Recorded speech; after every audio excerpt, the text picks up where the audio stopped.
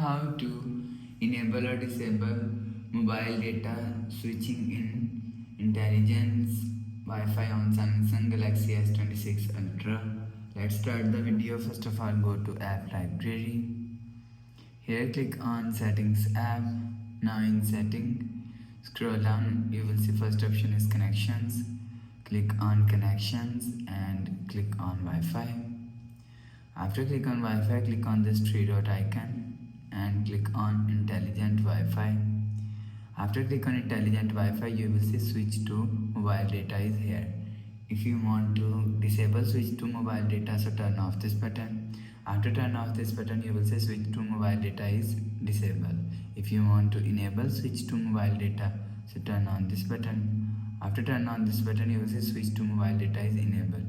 You will enable or disable switch to mobile data from here.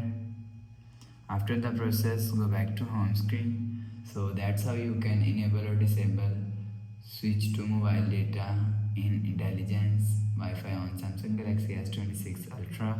If you like the video, please subscribe. Thanks for watching.